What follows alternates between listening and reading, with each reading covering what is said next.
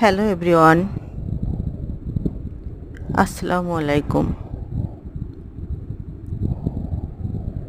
আমার জীবনের সবথেকে বড় ভুল হলো একটাই, সেটা হলো আমি আমার জীবনে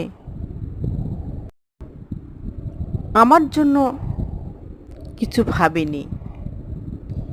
নিজের সুখ, দুঃখ, হাসি, কান্না সবটা বিসর্জন দিয়ে আমি আমার সন্তানদের ভালো চেয়েছি। তারা যাতে সুখে থাকে, তারা যাতে ভালো মানুষ হয়, এটাই আমি চেয়েছি। চেয়েছি তারা অনেক বড় হোক,